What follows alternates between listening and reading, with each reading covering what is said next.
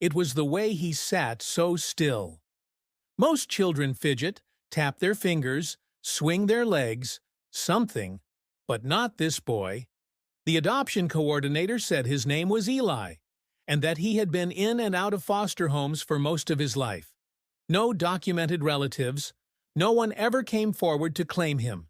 He was around 8, maybe 9, small for his age, pale, and too quiet, too still. He didn't cry when we picked him up from the group home. He didn't even speak. He just walked with us like we were running errands and not changing the rest of his life. I remember feeling this ache in my chest. He didn't look scared, or shy, or even curious. He just went along. "We'll give him what he needs," my wife Natalie had whispered to me in the car. "We'll give him what he never had." And we did. Or we tried. The first couple of weeks went as expected. Eli stayed in his room mostly, drawing in a little notebook the home had let him keep. When we asked what he was drawing, he'd turn it around slowly, like showing us wasn't a reflex. It was a decision. Sometimes it was trees, sometimes houses. Once, it was a picture of 3 people standing in front of a burning building. The people had no faces. I asked who they were, and he said in a tiny voice, "They're not real anymore." We thought maybe it was trauma. Kids who come from the system often carry stories heavier than anyone realizes. We didn't pry. We just gave him love and space. He never called us mom or dad, just stood in doorways and waited for permission before doing anything. He made his bed without being told. He never raised his voice, never cried, never laughed, just existed. It was around the 3rd week that I started noticing something strange. I was watching TV alone one night while Natalie was upstairs giving Eli a bath. I heard her laugh, a real sudden laugh, the kind she hadn't had in a while. I smiled and called up, "What's funny?" She came halfway down the stairs, towel in hand, her face kind of puzzled but smiling. "He just told me a joke," she said. I blinked. "Eli?" "Yeah, like a real, actual joke. It was kind of weird, but funny." "Did he laugh?" "No," she said, "but it was like he wanted me to." I wanted to believe this was progress. Maybe we were getting through to him. Maybe we were peeling something open that had been shut for years. But something about her tone lingered with me, like she wasn't sure if she'd just had a nice moment or a strange one. Later that night, I found one of Eli's drawings tucked into the couch cushions. It was of our house, but drawn as if from above, like a floor plan. The scary part? Our bedroom doors were all circled in red, including the closet. The next day, Natalie asked him what the circles meant. "They're safe rooms," he said without looking up from his cereal. "Safe from what, sweetheart?" He just looked at her, then down at the table. "From the ones who forget." It sent a cold shiver down my spine, but I brushed it off. Kids say strange things, and maybe it was part of a game, or an old story someone had told him. But things got weirder. Lights flickered randomly in the hallway near his room. Our dog, Max, refused to go in there. Not just avoided, it was like something about that room terrified him. Eli didn't seem to notice. He'd sit in there for hours, humming something tuneless and slow. Then came the night I couldn't sleep. I got up, walked to the kitchen for a glass of water, and passed by Eli's room. His door was slightly open. Inside, he sat cross-legged on the floor, drawing again. But he wasn't alone. Someone was sitting across from him. I froze. It was a man, or the shadow of one, tall, still, and completely black against the faint nightlight glow. No features, just the suggestion of a presence. I blinked. My heart pounded. I opened the door wide, flipped on the light, and Eli was alone. He looked up at me with a blank expression. "You were talking to someone," I said, stepping inside. "No," he said. "I saw—" I stopped. There was nothing in the room. Nothing that could have cast a shadow like that. "Who were you drawing?" I asked. He flipped the notebook around slowly. It was a picture of our family, me, Natalie, and Eli. But behind us was a tall figure, all black, no face. The caption under it, written in shaky pencil, read, "He doesn't like being seen." That night I couldn't sleep. I stared at the ceiling for hours, trying to convince myself I imagined it. That maybe I was dreaming, that maybe I was exhausted and just filled in blanks where none existed. But the next morning, I got a call from a friend. He worked part-time with a missing persons database for the county. He had helped us with some paperwork around the adoption process, making sure nothing slipped through. "I didn't want to freak you out," he said, "but I ran across something strange." "What kind of strange?" I asked. He hesitated. "I was sorting through old digital records that recently got uploaded from archived files. One case popped up. The face looked familiar, and I thought, it can't be." "What are you talking about?" Then he sent me the picture. A grainy photo from a missing persons poster dated March 17, 1987.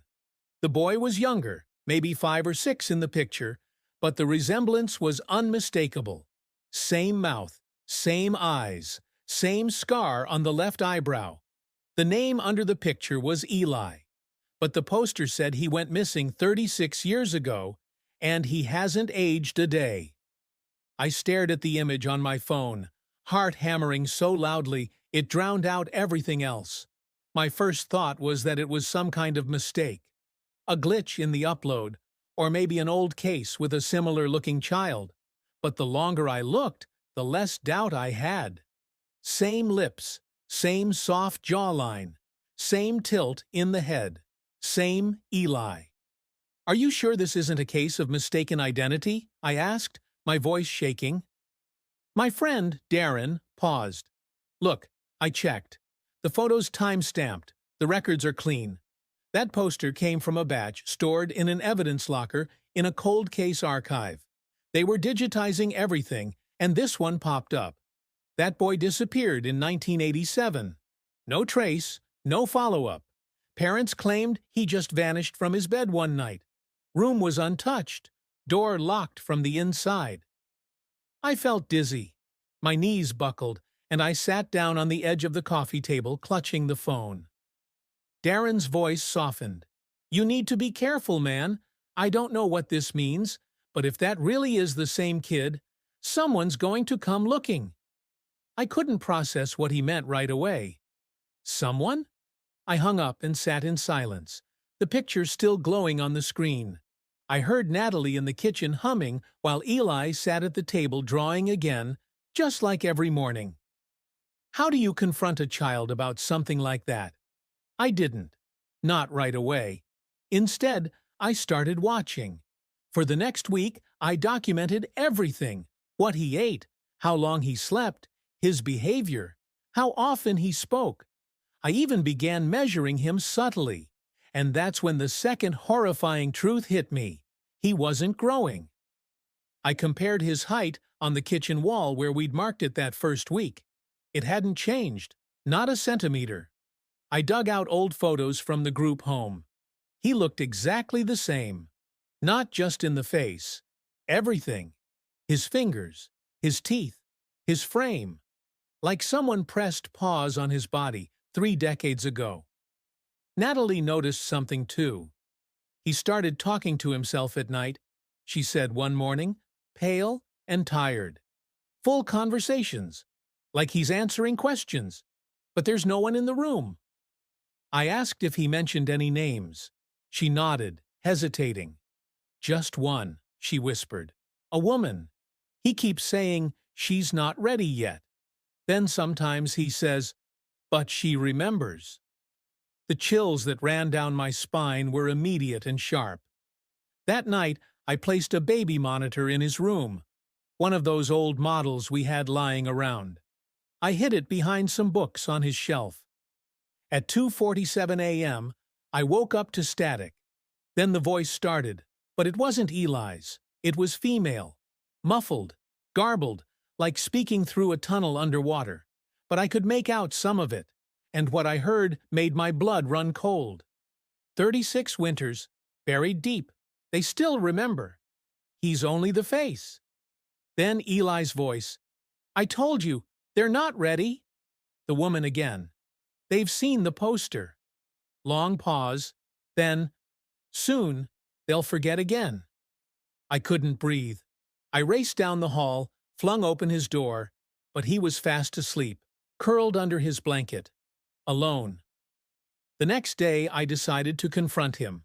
I sat across from him at the breakfast table and said, as gently as I could, Eli, do you know what year it is? He looked up at me slowly. His eyes weren't blank or confused. They were focused, sharp, calculating. Does it matter? I didn't know what to say to that. Natalie walked in just then, her face pale and eyes wide. She was holding a dusty box she'd pulled from the attic while cleaning. Babe, she said quietly, you need to see this. She set it on the table. Inside were old photographs, yellowed with age, family pictures, school events, letters, stuff from the people who lived in the house before us. One photo stood out, a birthday party, dozens of kids. In the middle of the group, unmistakably clear, stood Eli. Same haircut, same clothes, same expression. It was dated 1986. I looked at him, hoping, desperately, that he would offer some explanation. A laugh, that's not me, something. Instead, he looked at the photo and said softly, that was the last time I was allowed to smile. Natalie covered her mouth. I stood up so quickly the chair fell back with a thud. What are you? I asked, voice trembling. Eli blinked slowly. Then he said, you should ask the man in the wall. He remembers everything. The words clung to the air like cold breath on a mirror, refusing to fade. Natalie and I stared at him, paralyzed by the calm certainty in his voice. There wasn't a flicker of fear, no hesitation, no hint that he was joking. Just that blank, unwavering stare and those words that echoed in my skull like a ticking clock in a quiet room. I swallowed hard. What do you mean? The man in the wall? Eli didn't answer. He stood, picked up his drawing pad, and quietly walked back to his room. Natalie looked at me like she was begging for reassurance I didn't have. Is this a game? She whispered. No, I said flatly. No, this is something else. That night, I waited until everyone was asleep. I crept into Eli's room and knocked gently on the wall he always stared at, the one beside his bed, where the paint always seemed fresher, like someone tried to cover something up. Nothing happened, so I tapped again, harder, then pressed my ear against it. At first, there was only silence, then a faint noise, like something shifting inside. I pulled back, heart thundering, and fetched a flashlight. I ran it across the seams of the wall and noticed the tiniest crack near the baseboard, where the paint had bubbled. I peeled it away carefully, and that's when I saw it. Behind the thin layer of drywall was wood, old, splintered, and slightly warped, and something was scratched into it. Tiny letters, over and over, gouged deep. He never left. My breath caught. I didn't sleep. I sat outside Eli's room with a bat in my hand until sunrise. In the morning, Natalie confronted me. She said we had to talk to someone. A priest, a therapist, the police, someone. I agreed. Not because I thought they'd believe us, but because I couldn't keep carrying this alone. We started with the adoption agency. The woman who'd helped us, Linda, looked confused when we showed her the missing poster. She pulled up Eli's file. The record said he'd been abandoned at a hospital 3 months prior. No known family. DNA inconclusive. When we showed her the photo from 1986, the one from our attic, her face drained of color. That's impossible, she muttered. That's your house, and that's him. But this file is new.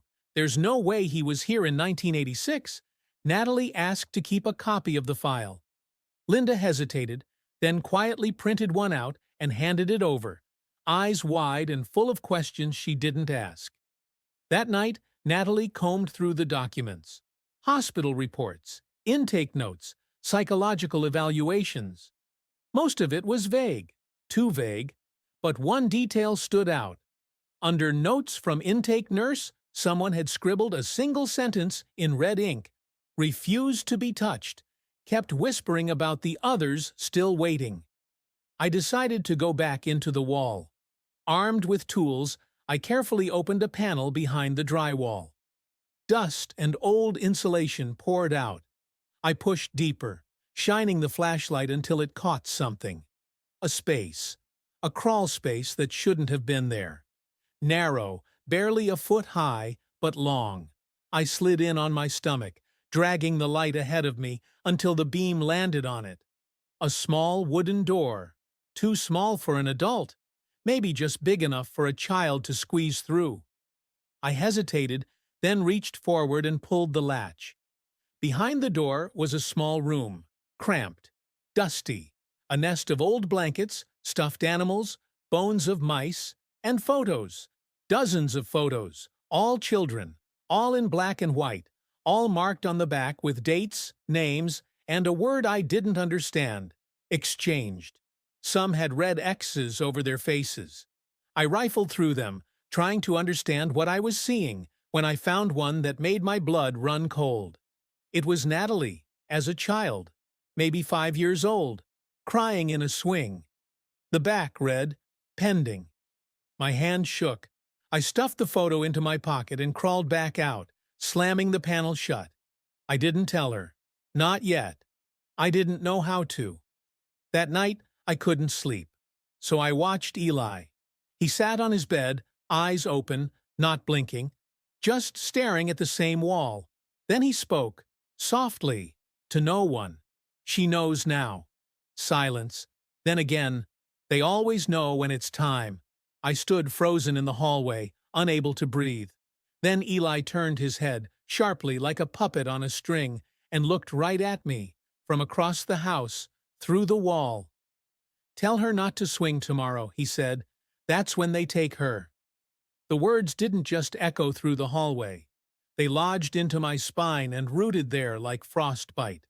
I stood frozen, feet locked to the hardwood floor, breath caught in my chest. Eli hadn't shouted. He hadn't raised his voice. He'd just known exactly where I was, exactly what I feared.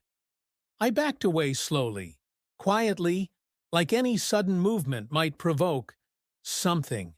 I didn't sleep that night. I stayed on the couch, half watching the hallway, half listening for whispers behind walls that didn't seem to keep things out or in anymore. By morning, Natalie came down humming, holding her phone, saying she was taking Ava to the park around noon. I didn't know how to tell her.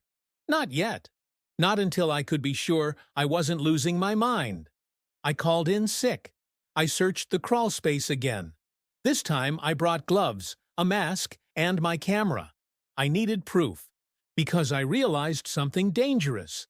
If what Eli said was true, and if these children were part of some dark chain of something, then whatever was happening wasn't over. And it wasn't done with us. I pulled open the crawl space and dug through the photo box again. One of the pictures near the bottom caught my eye. A group shot of kids standing outside what looked like a rural home. 7 kids, all expressionless, all holding hands. Eli was in the center. Behind them, a faint silhouette in one of the windows. A tall figure, indistinct, like it had been captured mid-motion but blurred. Head tilted, one hand pressed to the glass. The date read, April 3rd, 1987. I flipped the photo over. Return failed. Contained. The words were written in thick black ink, pressed so deep it nearly tore the paper. That's when I heard the front door. I scrambled out, ran to the living room just as Natalie and Ava stepped in. Eli stood near the stairs, watching them silently. But when he saw me, He smiled, just slightly, like a secret had just been confirmed. I pulled Natalie aside, told her we couldn't go to the park, that something was wrong, that I'd found something. She laughed, nervously, until I pulled out the photo of her as a child from the wall, the one that said, pending.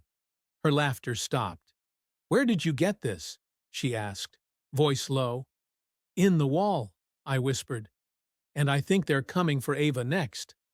We fought. She said I was unraveling, that none of it made sense, that I was dragging her into paranoia and fear. But when Ava walked in, holding another drawing, one that Eli had apparently made for her, Natalie went quiet. The drawing showed a swing set, one swing empty, the other had Ava sitting on it. A shadow loomed behind her, long and thin, its hands inches from her shoulders. A red circle was drawn around the figure, and underneath, in crayon, were the words, "Take turns." Natalie packed a bag that night. We drove to a hotel 2 towns over. I didn't tell Eli we were leaving, but when I turned the car around at the gas station to glance at our house in the distance, he was standing in the window, still, unmoving, watching us leave. We didn't speak much that night. Ava fell asleep between us on the hotel bed, curled up and breathing deeply. Natalie finally turned to me and asked the question I'd been dreading. "Who is he, Jason? Who did we bring into our home?" I didn't have an answer. Not yet. But I knew where I needed to start looking. Not in the present. Not in the adoption files. But in the past. In whatever happened in that house in 1987. Because I was now certain Eli hadn't just lived there back then. He had never left. I didn't sleep.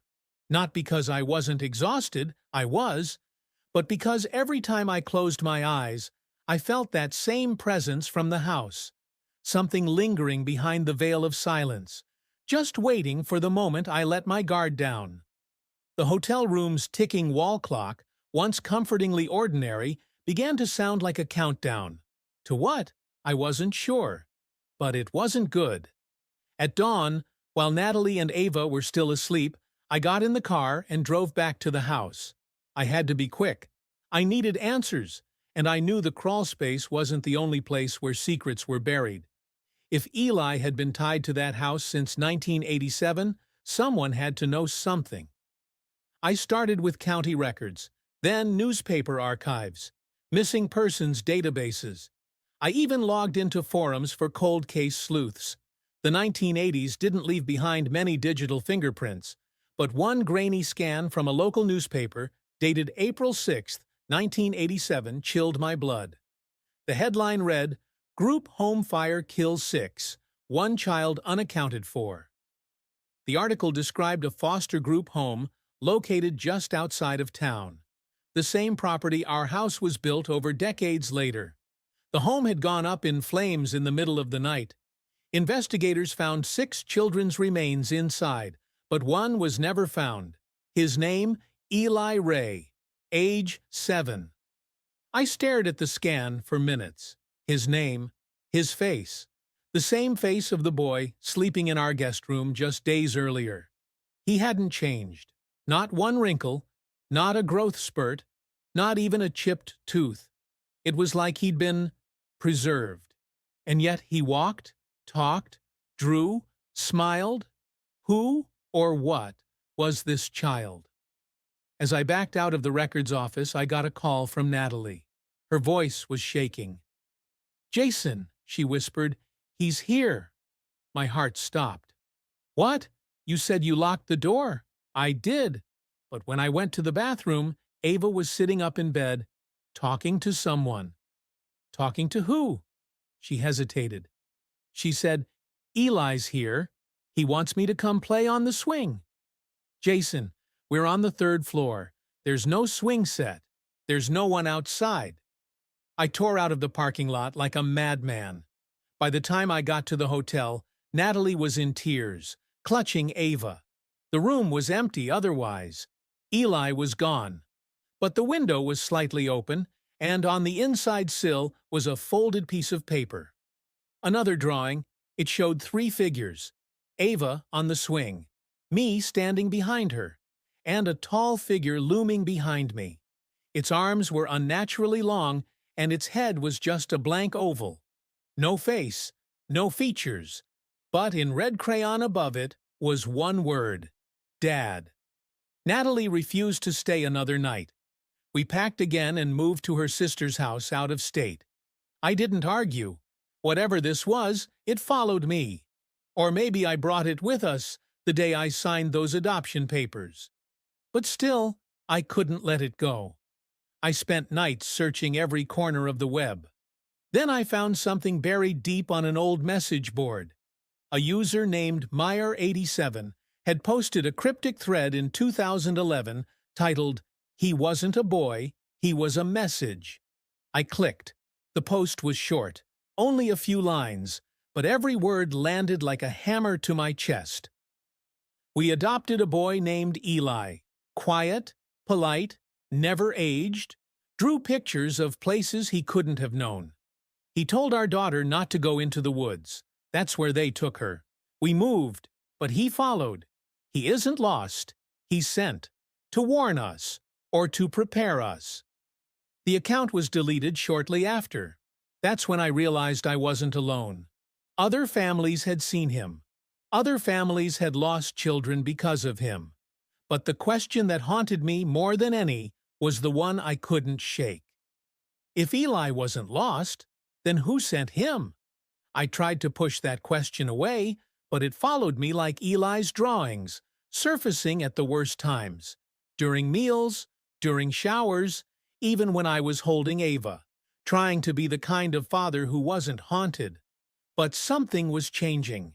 In Avenue, in all of us. She stopped sleeping through the night. Natalie found her once standing in the hallway at 3:17 a.m., whispering to herself. When asked what she was saying, Ava calmly replied, "I'm listening. He's telling me things." When pressed further, she just smiled. About where I came from. We took her to a child psychologist. He was gentle, well-meaning, asked her to draw her family. She drew Eli in the center. Not us, not herself, just Eli. But this time, he was standing inside what looked like a circle of trees, and behind each tree, pairs of eyes. "I think," the psychologist said cautiously, "this child believes Eli is more than a friend, possibly a guide." "A guide to what?" I asked. He hesitated. "To somewhere else." I wanted to scream. I wanted to grab my daughter, fly across the country, and start over in a place where no one had ever said the name Eli Ray. But I knew it wouldn't matter, because it wasn't the house. It wasn't even the town. It was him. He was the tether. So I did what desperate men do. I reached out to the kind of people normal folks laugh at. Paranormal researchers, psychics, a demonologist from Ohio who insisted we were dealing with a spirit locked in temporal recursion, a soul stuck in a loop, trying to complete a task that time had forgotten. She asked me if I had any of Eli's belongings. I told her about the drawings. She asked me to burn one. I didn't tell Natalie. I waited until midnight, took one of the first drawings, the one of our kitchen before it ever existed, and lit it on fire in the backyard grill. As the paper blackened, something in the air changed. The wind died. The street lamp across the alley flickered, then blinked out. The grill's lid slammed shut on its own, nearly catching my hand. Inside the house, Ava screamed. I ran upstairs to find Natalie holding her, both of them shaking. "He was in her room," Natalie whispered. "Not Eli, the man from the picture, the one in the red circle. She said he told her something." Ava looked up at me, eyes wide and oddly calm. "He said the time is close now, that Eli's almost done, that I'll understand soon." I didn't sleep that night. At 4:11 a.m., the baby monitor glitched, not static. Laughter. I grabbed the monitor and rewound the recording. 10 seconds of silence. Then a low whisper. "She's ready."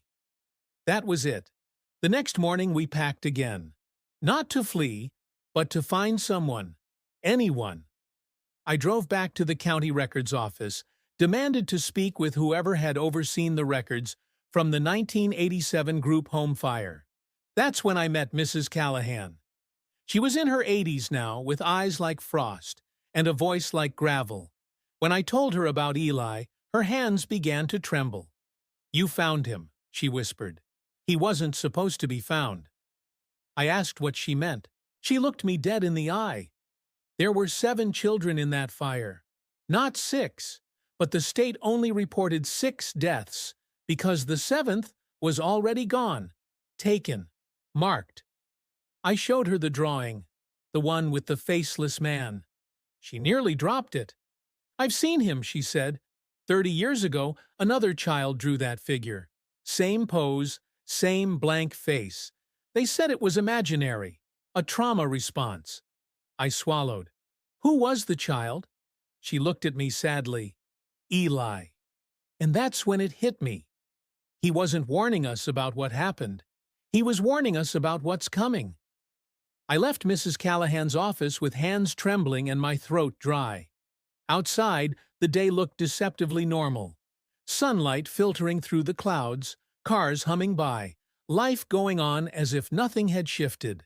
But everything had.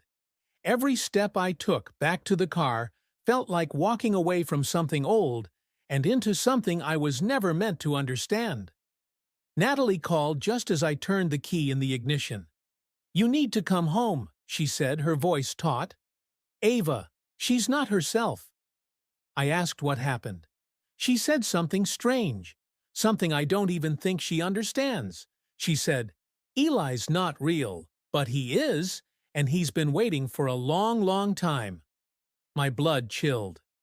"She's drawing again," Natalie continued. "But they're not drawings of this house anymore. They're blueprints, circles, diagrams. I don't understand it. She's never seen anything like this before." I sped home, tires screeching as I turned onto our street. The house looked the same, but the air around it felt off. Still, as if holding its breath. Inside, Ava sat cross-legged in the living room, pages spread around her like the petals of a dark flower. Each page held intricate symbols, some etched in thick black crayon, others in bright red. But one was different. It was a perfect sketch of the basement door, and above it, written in a hand too steady to be hers, were the words, "Don't open until it calls." Natalie met my eyes. "There's something down there." We had never used the basement. It was just a narrow stairwell leading to a dusty crawl space we figured was best left untouched. But now, it was as if the entire house was revolving around that door, as if everything that had happened, all the drawings, all the whispers, all the eyes, had been pointing here from the start. That night, we didn't sleep. Ava did, but only after she whispered something to the corner of her room and nodded solemnly. When I asked what she'd said, she only replied, "I told him I'm ready." Ready for what? At 3:33 a.m., the baby monitor crackled again. I didn't go to it. I didn't need to. The voice echoed through the halls this time, low and inhuman. "The shape completes tonight." The basement door creaked. Not opened. Creaked. I grabbed the flashlight, motioned to Natalie to stay upstairs with Ava, and made my way down the stairs. Dust choked the air. Cobwebs clung to the rafters, but none of that mattered, because there, at the center of the basement floor, was a shape, drawn in chalk, a circle with symbols I'd only ever seen in Ava's newest drawings, and standing inside it was Eli. He looked up at me, not smiling, not speaking, just watching. In his hand was a photograph, one of us sitting at the dinner table. But something was wrong. In the background, through the kitchen window, a shadow stood watching, a human shape, blurry but unmistakable. "You brought him back," Eli said softly. My throat tightened. Who? Who is he?" Eli looked at me with such unbearable sadness. He was my first home, and now he's yours. The lights exploded overhead. I stumbled back. The circle lit up in red, the chalk symbols glowing like embers. Eli didn't flinch. His eyes never left mine. "He needs a door," he whispered. "That's all, just a door." I opened mine. Ava's opening hers. I lunged forward, but the circle burned hot. I couldn't cross it. Eli remained inside, unmoving, eyes wide, unblinking. Then I heard it.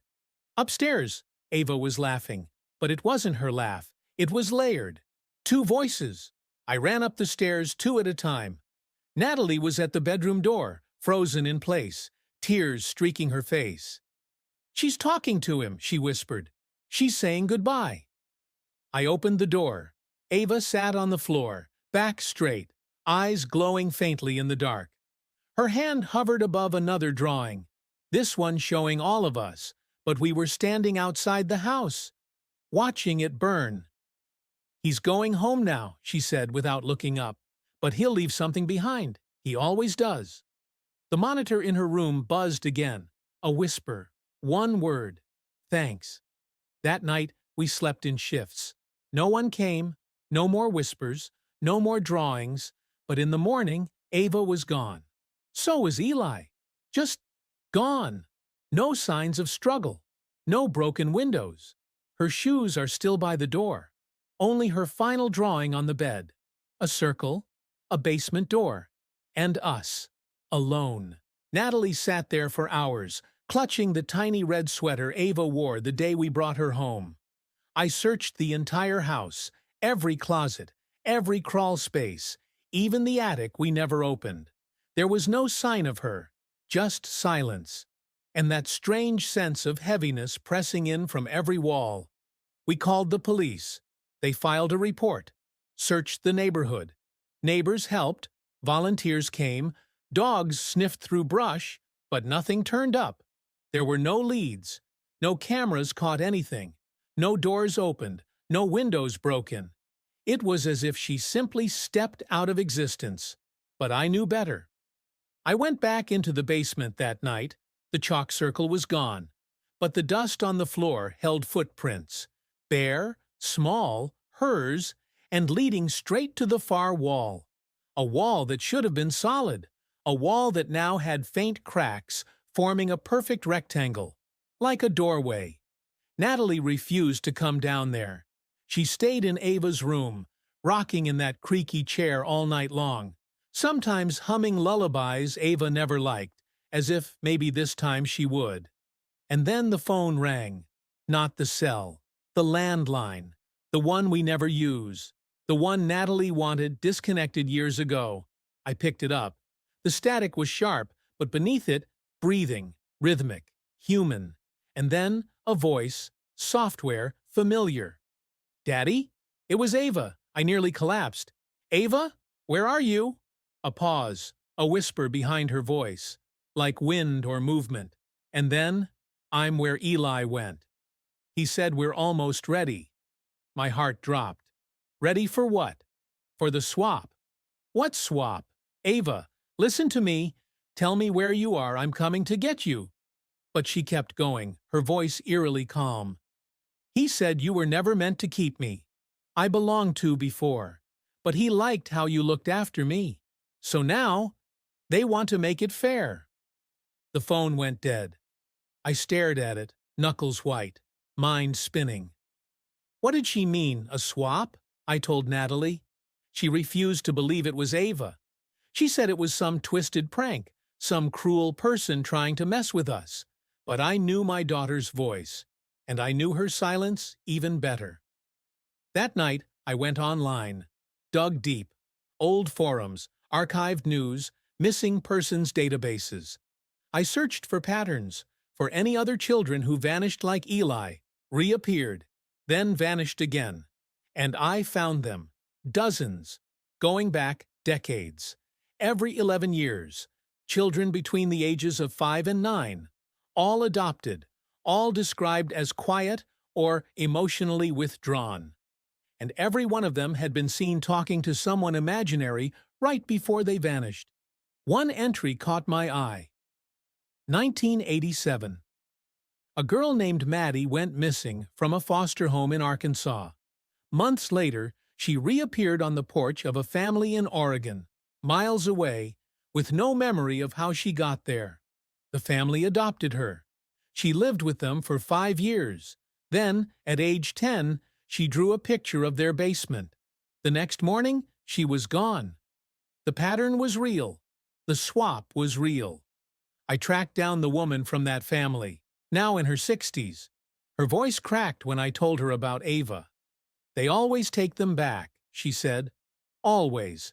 But they never leave empty-handed." "What do they take?" "Time, names, faces, sometimes the whole house. You'll forget soon. Your neighbors won't remember Ava's name by next week. The school will delete her file. You'll go mad trying to prove she existed." She paused. "Only one way to stop it." I waited. "Finish the circle." "What does that mean?" But she had already hung up. The next morning, Natalie didn't remember Ava's favorite cereal. Then she couldn't remember her middle name. Then she started calling the guest room, Ava's room, the sewing room, even though there was never a sewing machine in there. She was slipping, and deep inside, I was too. I returned to the basement, this time with chalk. I started to trace the circle from Ava's drawing, slowly, carefully, matching each symbol. Every motion felt guided, like muscle memory I didn't remember learning. The air grew colder. The lights flickered. As I connected the final line of the last symbol, the house shook. A low hum rose through the floorboards. And then, the rectangle in the wall cracked open. Behind it, stairs. Down. I called Natalie, but she didn't answer. I ran upstairs. She was standing in the hallway, head tilted, staring at the blank space where Ava's drawings used to be. The wall was bare. "She was so small," Natalie whispered. "Wasn't she? You remember her?" "Just a feeling, like a song I used to hum, but can't remember the words to." "I opened it," I said. Natalie looked at me. "I want her back," she whispered. We went down together. The stairs descended further than the depth of the house should allow. The walls changed, from drywall to stone, from stone to something darker, something older. And then, at the bottom, a door.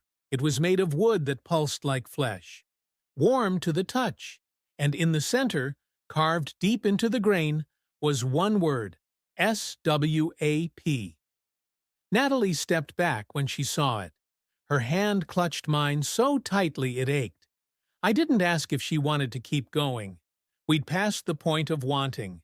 This was need, pure and primal. We pressed our hands together and pushed on the door. It opened without resistance. No creak, no sound at all. Just the sensation of passing through something ancient, like falling backward into a memory you never made. Inside was no room, just a fog, and a voice. "Who do you remember?" It didn't come from any direction. It was around us, inside us. "I remember Ava," I said, "our daughter." A pause.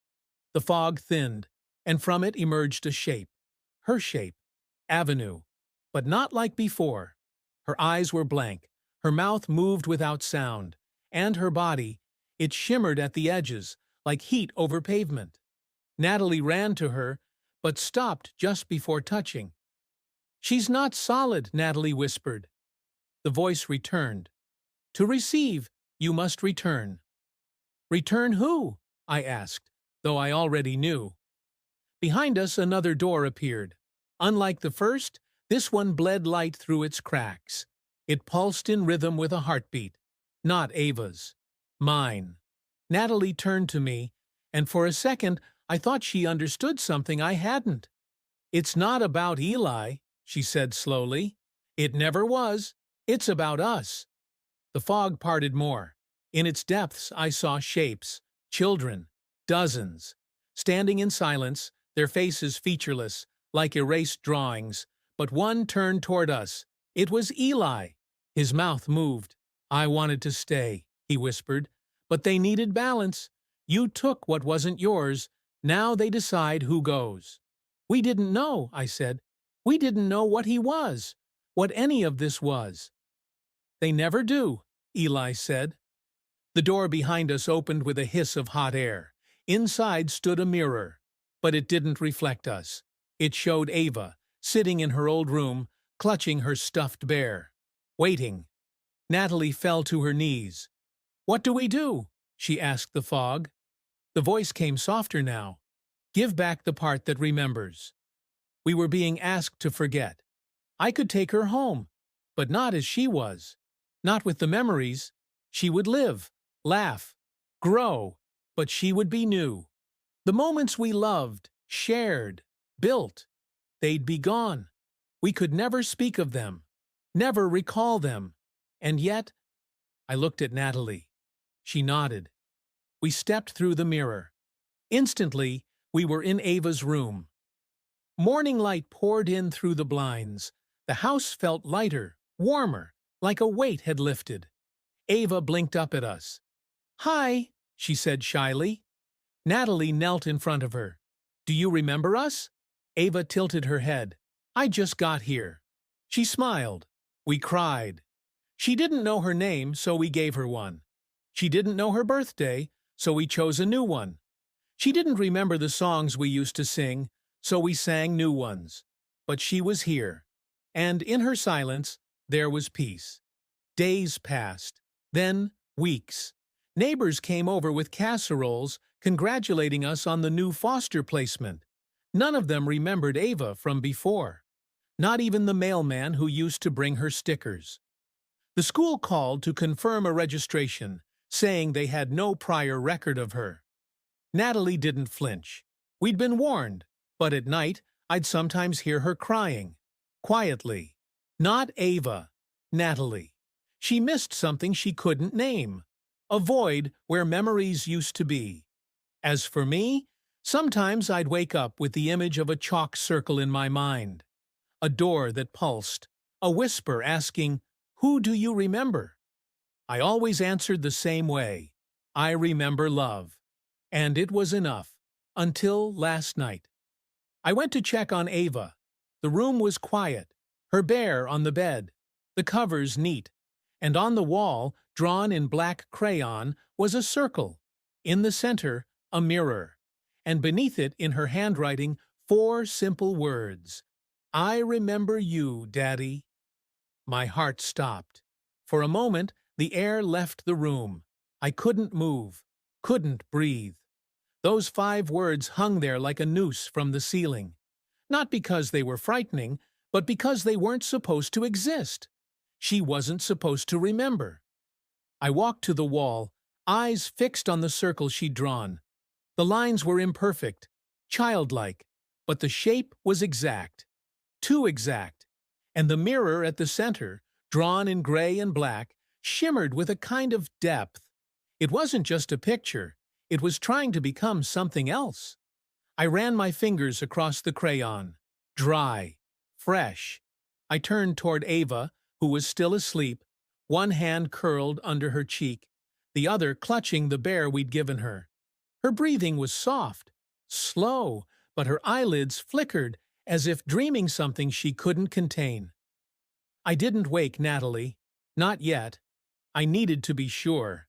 The next day, I took the drawing down, painted over the wall, told Ava it was time to redecorate her room, and she laughed. Just laughed. Like everything was normal. Like she didn't remember anything. But every time she looked at me, something lingered in her eyes. A knowing. A distance that hadn't been there before. That night she came into our room. "Daddy," she whispered from the doorway. The mirror came back. Natalie sat straight up. I was already halfway out of bed. We followed her down the hall, and there, in the center of her room, not drawn, not imagined, was a real mirror, oval-shaped, standing freely on clawed legs. I don't know how it got there. We never bought it, never moved it in. But it was there, and it was humming, softly, like breath caught in a bottle. Ava stared at it, her expression unreadable. Not scared, not happy, just expectant. "Where did it come from, sweetheart?" Natalie asked, kneeling beside her. Ava turned her head, almost mechanically. "It's always been here," she said. She walked up to it and placed her hand on the glass. It rippled. Natalie gasped and pulled her back. I rushed forward and yanked the mirror toward me, but it didn't budge. It might as well have been rooted to the earth. Then the whispering started. Low, rhythmic, familiar. Swap, swap, swap, over and over, like a heartbeat-turned chant. I looked at Ava. "Do you remember Eli?" She nodded slowly. "He didn't want to go," she said. "But he had to," I replied. She stared at the mirror.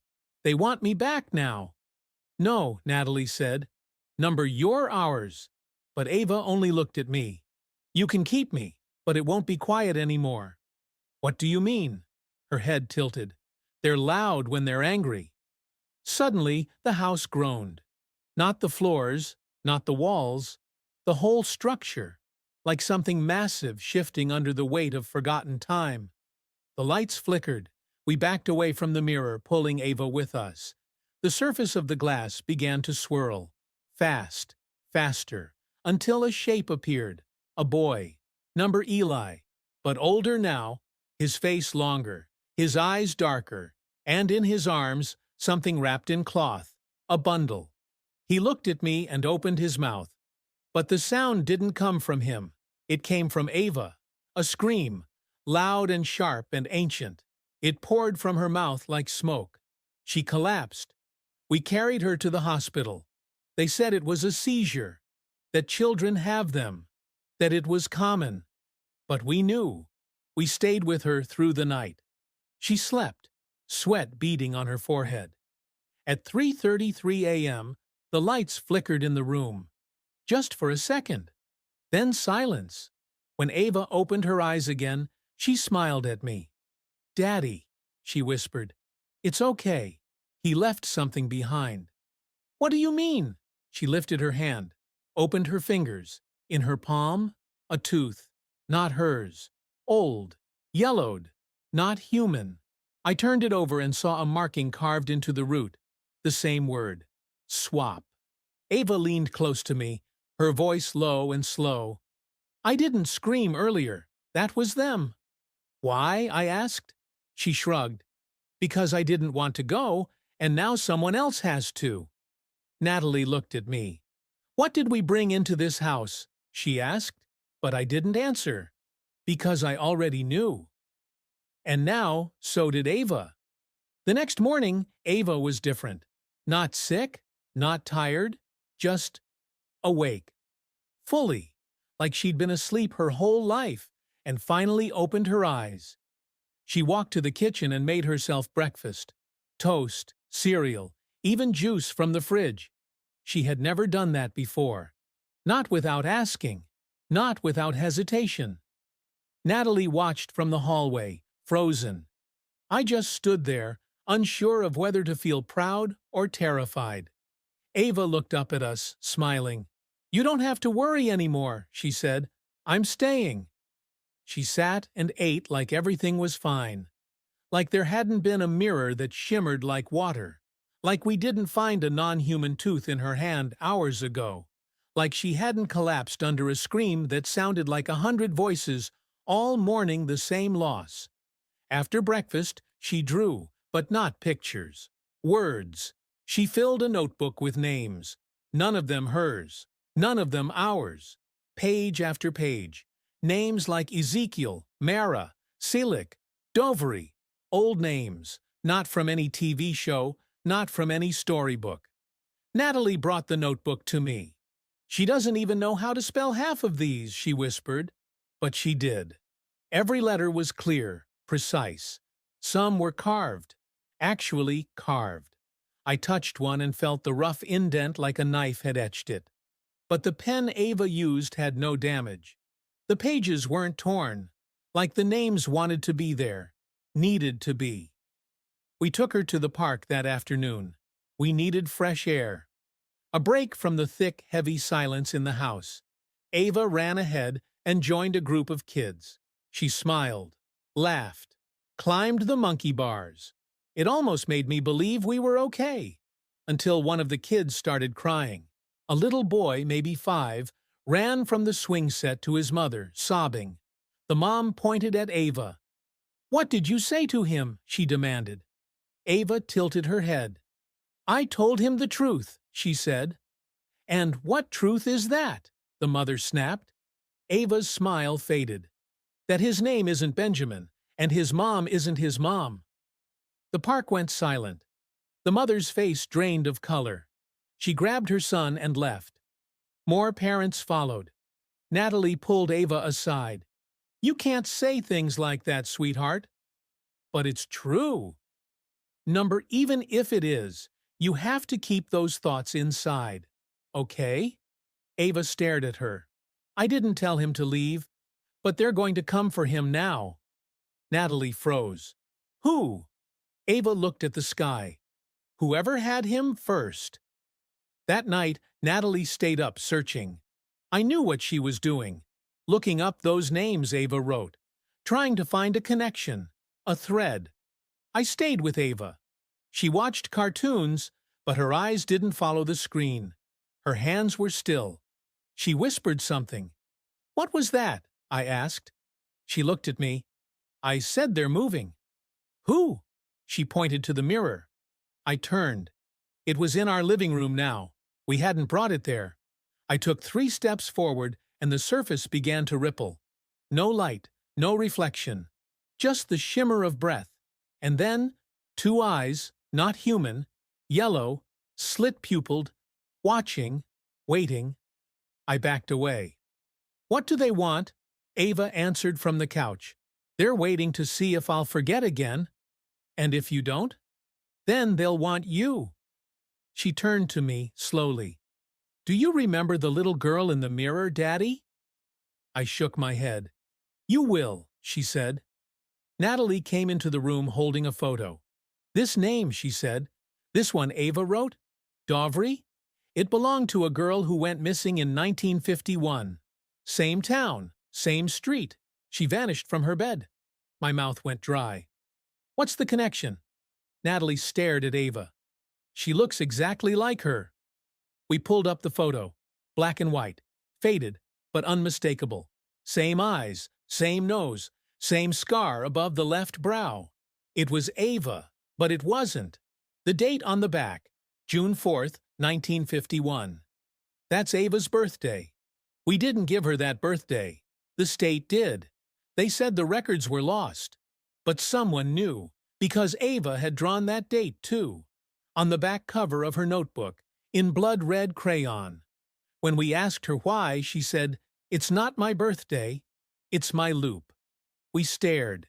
"It's when they take me," she whispered. "Again and again.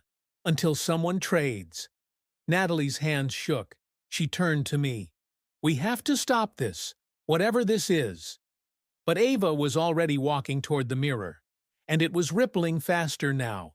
The closer she got, the louder the whispering grew. And then her reflection stepped out. Not Ava, but her. The one from the photo.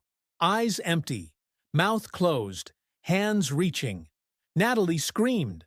I stepped forward and pulled Ava back, my arms tightening around her waist. But she didn't struggle. She didn't even flinch. "She can't touch me," Ava whispered. The reflection, no, the copy, froze. Her arms still outstretched. Her expression was blank, but her eyes flicked between us, like she was studying the moment, memorizing who moved and who didn't. The mirror pulsed, a dull heartbeat echoing through the floor. Natalie reached for the photo again, but it slipped from her fingers. The glass frame shattered across the hardwood. The sound didn't echo. It just dissolved. That's when Ava looked up at me and said, "She's not me anymore." That's what they do. They empty you out, fill you up with the memory of someone else, so they can watch. Watch what? How you live without knowing. Behind the glass, more faces formed. Not just the girl. There were children, boys and girls, some older, some younger. Some looked like they'd been pulled from different centuries. One had on a jacket I'd seen in an old Civil War documentary. Another wore something that looked like hospital scrubs, and every single one stared at Ava. Natalie took my hand. "We have to end this." "How?" I asked. "What is this?" But Ava answered again. "You have to trade something. Something they can't fake. Something you can't take back." "What do they want?" Ava blinked slowly. "Memory, but not just mine. Yours." Then she looked at Natalie. "Or hers." Natalie's grip tightened.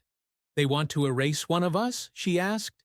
"Not erase," Ava said.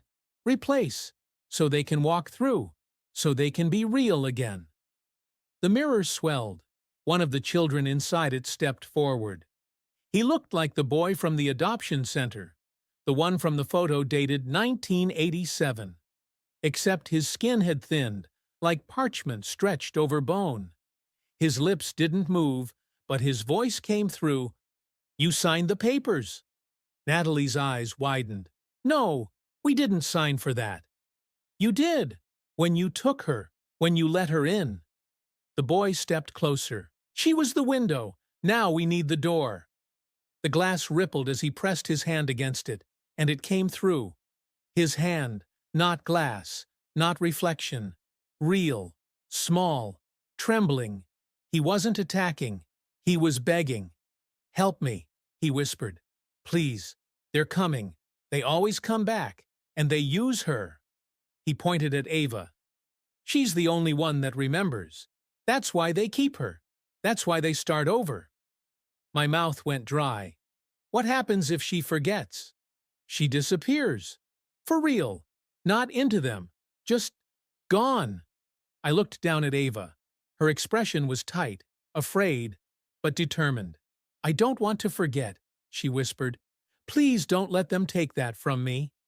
The boy's hand twitched, then cracked. Not bled, cracked, like clay drying too fast. "They're close," he said. "If you want her to stay, you have to choose now." "Choose what?" Natalie asked. And then Ava turned and walked straight to the mirror. Before we could stop her, she pressed her palm to the surface. The glass shimmered. Her eyes rolled back. And then it stopped. No ripples, no faces. Just a mirror again. But Ava was gone. Natalie screamed. She pounded on the glass. I threw a lamp at it. Nothing. No response. Just our own reflections, distorted and trembling. Then a sound, a single breath. Behind us. We turned, and there was Ava, but not the same. She stood barefoot, pale, her eyes now a shade too bright. And she said, "I made the trade." "What trade?" "The memory." "Whose?" "Yours," she said, looking at me. And I didn't understand. Until Natalie asked, "What's my name?" I stared at her. My mind went blank. She turned to Ava. "What did you do?" "I had to," Ava whispered. "They wouldn't let me go unless I gave them something no one else could." "You gave them his memory?" "I didn't want to." "But you did." She nodded. I stood there frozen, watching this woman, Natalie, my wife, asking me questions I couldn't answer. When did we meet? Where did we marry? What was her middle name? Nothing. Gone. But I remembered Ava. Every moment. Every first step. Every night she cried. Every time she smiled at me and said she was glad I picked her. Ava walked to me and took my hand. "You'll remember her again. Someday." "But what did they do with my memories?" She looked back at the mirror. "They put them in the others, the ones still waiting." I felt hollow. I didn't cry. I didn't scream. I just held my daughter, and knew somehow that I'd already done it once before. It wasn't just déjà vu. It was like a bruise under the skin, a pressure I couldn't trace but couldn't ignore. Something had been taken from me, ripped out and shoved into the walls of that house, or worse, into one of those waiting children behind the glass. Natalie stood frozen across the room. I saw the betrayal in her eyes. Not at Ava, not even at me, at something bigger, something she couldn't punch or argue with, something that had rewired our family without asking permission. "I'm still me," Ava whispered, watching me, desperate for reassurance. I knelt beside her and cupped her face in my hands. "You're my daughter," I said, and meant it, even though I didn't know what I'd lost to keep her. But Natalie stepped back. "How do I trust anything now?" she whispered. "How do I even know who we were?" "You still remember everything," I said. "No," she snapped. "I remember things, but how do I know if they were mine? Or borrowed from someone like those kids? Like him?" She pointed toward the mirror.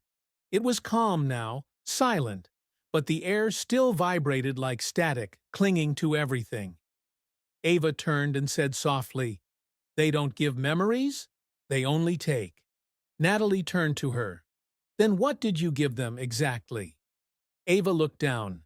"Your wedding day, the way he smiled at you, the toast he made, the vows he whispered when no one else could hear." My throat clenched. Natalie flinched. "I didn't want to," Ava added. "They took it when I touched the mirror." "But you said you chose," I said. Ava nodded. "I chose whose memories they took. Yours, not hers." Natalie was crying now, not sobbing, just quiet tears sliding down her cheeks. "I'm sorry," Ava whispered. Then Natalie said something I'll never forget. "I don't know what hurts more, that I still remember loving him, or that he doesn't remember loving me back." The silence was brutal. I didn't know what to say. I looked at Ava. I looked at the mirror. And that's when I noticed something strange. The reflection was wrong. It showed us, me, Ava, Natalie, but the angle was just slightly off. Ava wasn't facing me in the mirror. She was facing the mirror. And in the reflection, her eyes weren't brown. They were gray. Storm gray. The same as the girl who'd first appeared in the mirror. The same as the photo we found. I stepped back. "Ava," I whispered. She turned to me. "What's wrong?" "Your eyes." She blinked, confused. Natalie looked too, and recoiled. "What did they do to you?" she whispered. "I'm still me," Ava cried. "I swear I'm still me." But the mirror started to shimmer again. The glass pulsed, once, twice, like something was pushing to come through again, but it didn't crack or ripple. It simply turned dark, like a void, a tunnel with no end. And in that void, a figure stepped forward. A woman this time. Adult, tall, pale. The kind of beauty that felt too symmetrical to be human. She wasn't wearing white. She wasn't wearing anything distinct. But her presence was heavy, like every breath in the room had to go through her first. She didn't speak. She just raised her hand and pointed at Ava. Natalie stepped in front of her instinctively. "Not again," she said. "You already took something. That was the deal." The woman tilted her head. Then I heard Ava's voice. Clear, but not from Ava. It came from the woman's mouth. "I remember everything." Natalie shook her head. "Number no, no, no. What does that mean?" Ava stepped forward. "She took the memories from me. But not just yours. Not just Dad's." She turned to me. Her voice cracked. "She took all of them, even the ones I was holding on to." "You said they'd only take mine," I said. "I thought that was the deal, but they lied. They always lie." Ava stepped toward the mirror. The woman mimicked her, like a reflection returning home. Then Ava whispered, "I'm sorry, Mom." "No!" Natalie lunged forward, but the mirror flared. The air knocked her back, and Ava stepped forward, into the glass. The woman stepped back, into darkness, and Ava vanished. I ran to the mirror, screaming her name. But the reflection returned, and there we were. Just the two of us. Me and Natalie. A family of 3 turned into 2. Again. And in the faint shimmer of the mirror's edge, for just a second, I saw a photo. Same little boy, same year, 1987. Except this time, the name underneath was different. It was Ava's. The moment passed like a blink. 1 second it was there. Her picture, under the date 1987, the next, gone. The mirror settled back into its usual dull reflection, showing only Natalie and me, our faces pale, our expressions emptied by something too large to name. We didn't move for what felt like hours. Finally, Natalie said, "That's not how time works." Her voice sounded foreign in the quiet. She wasn't even born then. "I know," I whispered, but we both saw it. I don't remember the drive home. I don't remember unlocking the front door, but I remember the sound of the nursery door creaking open, the smell of lavender soap from her pillow, the doll she used to cuddle with, lying sideways on the floor like someone had let it drop mid-sentence. Her room was cold. Natalie stood in the doorway and wouldn't step inside. "She's not gone," I said. "She can't be." "She is," Natalie answered. "She's erased, not just from the house, from time." I turned on the baby monitor. Static. Then I pressed the little play button on the side. There were saved clips. My hands trembled as I scrolled. There was one from the night before. I hit play. At first it was nothing, just a faint hum, like distant traffic. Then the crying started. That high, familiar wail at exactly 3:33 a.m. And then the whisper, a breath against the speaker. Software gentle, almost motherly. "Ava." Natalie turned away. "I can't do this again," she said. "We have to stop chasing ghosts." "She's not a ghost," I said. "She's trapped." "She's erased," Natalie snapped. "That's worse." I stared at the screen. The crying kept looping. I remembered what Ava said in the basement. "They only take, they don't give." But something about that felt off now. It didn't match what happened in the mirror. "They lied," she had said. "They always lie." I grabbed my laptop and opened the photo again. The missing person poster. The one from 1987. Only now, the date didn't look right. The formatting, the color. It was wrong. Too clean. Too digital. It wasn't a photo. It was a placeholder. A bookmark in a story that kept rewriting itself. I dug deeper, ran a reverse image search. Nothing. I checked the metadata. There was none, not even a date of creation. Natalie had gone silent behind me. I turned. She was holding something in her hand. A scrap of paper. "I found this in her drawer," she said, voice shaking. It was a note, scrawled in Ava's handwriting. "If you remember me, I'm not gone. If you forget me, they win." That's when we realized what she'd done. Ava hadn't just given them memories. She'd planted herself in ours, left herself behind, like a message in a bottle, anchored to the minds of the people who loved her most. She'd hacked the rules. The monitor blinked red. New clip recorded. We stared at each other, then hit play. But it wasn't crying this time. It was humming, a lullaby, the one Natalie used to sing. And beneath it, a second voice, Ava's. "If you find the first one, he'll show you the way." Natalie's hand covered her mouth. "First one?" I asked. "What does that mean?" Then we both said it at the same time. "The boy." The one from the original poster. The one who started all of this. He was still out there. And if he was still out there, maybe Ava was too. We didn't speak as we packed. Just moved in sync. Grabbed the files, the map, the photo, the monitor, Ava's note. This time, we weren't going to the police. We weren't calling a priest or a psychic or a scientist. We were going back to where we found her.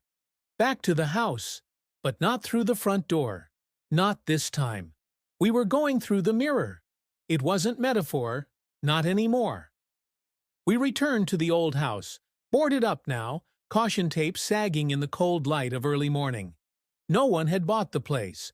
No one dared. But we had the key. Natalie had kept it. Inside, everything was as we left it. The dust hung in sheets. The mirror still sat on the floor where we dropped it, tilted toward the hallway, like it had been waiting for us. We stepped in front of it again. The reflection rippled. I saw us, older, more tired, but behind us now stood someone else. The boy. He wasn't in the room, only in the mirror. Silent, expressionless, still in the striped shirt from the poster. Natalie whispered, "That's him. That's the first." I moved toward the glass, slowly, like it might shatter if I breathed too hard. He didn't move, just watched. Then he pointed, to the side. A door appeared in the reflection, where there was none in the room. Natalie turned to where he pointed, but there was only wall. In the mirror, though, it opened. I reached out and placed my palm against the glass. Cold. It pulsed once, then gave way. Not like breaking, not like water, but like acceptance. I fell forward. Natalie grabbed my hand and followed. There was no impact. One moment we were in the room, the next, silence. The world beyond the mirror didn't look like ours. It looked like pieces of memory stitched together with wrong thread. Buildings half-formed, trees upside down, streets that looped into themselves. It wasn't a place. It was a mind, a memory, a trap. And in the center of it all stood the boy.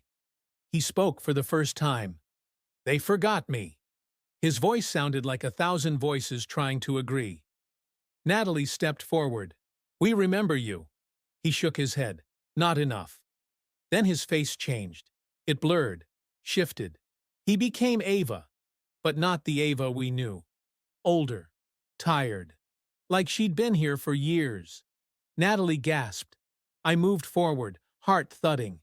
"Ava?" She blinked. Tears welled in her eyes. "You found me," she whispered. We ran to her, held her. She sobbed. "I didn't want you to come. They'll see you now." Behind her, shadows began to rise. Tall, thin, boneless, eyes like empty clocks. The forgotten. They hovered just out of reach, but closer now. I held Ava tight. "We're leaving, all of us." "You can't," she cried. "You have to remember me. That's the only way." And suddenly it made sense. She'd embedded herself into our minds, planted echoes, lullabies, notes, voice recordings, not as breadcrumbs to find her, but as anchors. If we remembered her, truly remembered, then she'd exist outside this place. But to pull her through, we had to forget the boy. We had to let one go. Natalie looked at him. He stared back, silently. A choice. One memory in, one memory out. Ava or him. We didn't speak. We knew. We had loved Ava, raised her, held her when she cried, kissed her cheeks good night. He was a ghost. A victim, yes, but not ours. I closed my eyes. I said her name. Not just aloud, but in every memory. Birthday candles, first steps, that first laugh. Natalie did the same. And the boy? He faded. Not in anger, in peace. He smiled once, and then the shadows turned on him, took him back. Ava collapsed in our arms. The mirror shattered. We woke in our home, our real home. The sun rising outside the nursery window, and Ava, curled in her bed, sleeping softly. The monitor was dark. No voices, no whispers, just breathing. Just life. We held each other in silence, watching her chest rise and fall. We'd never forget her. Not again. Not ever. The photo on the fridge, a picture of Ava in the garden, stayed there for years. And the boy? He was never reported again. No poster, no file. As if he never existed. But sometimes, at 3:33 a.m., the monitor clicks once. And in the static, a voice says, "Thank you."